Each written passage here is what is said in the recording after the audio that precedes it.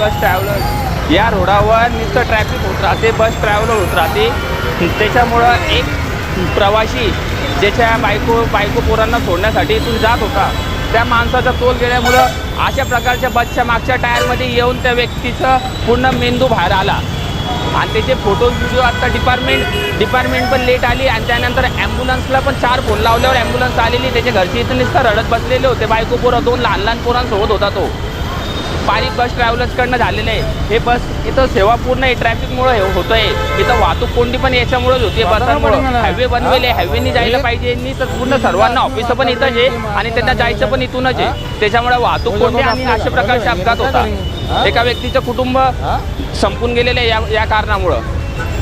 आत्ता किती 10-15 मिनटं पहिले 9:30 वाजता करेक्ट आम्ही इथून फक्त द्वारकेवर चहा पिऊन येत होतो. कोणीही व्यक्ती असं वाटत होता बेवडा व्यक्ती पिऊन पडलेला आहे, कोणी त्याच्यावर लक्ष देत नव्हतं. आणि अक्षरशः त्याचं पूर्ण डोकं फाटून मेंदू बाहेर आलेलं होतं, तरी कोणी लक्ष देत नव्हतं त्या व्यक्तीवर. नंतर कळालं, आमचा मित्र तो बस मागं पळाला आणि त्या पारिक तो त्याची बसची चावी काढली. तो ड्रायव्हरसुद्धा पळून जात होता. ड्रायव्हर पळून गेलेला आहे. त्या बसची चावी काढलेली, पोलिसांना सर्व बसचा नंबर प्लेट वगैरे सर्व सांगून दिलेलं आहे. ॲम्ब्युलन्स वगैरे पण सर्व लेट आलेली आहे पूर्ण इथं.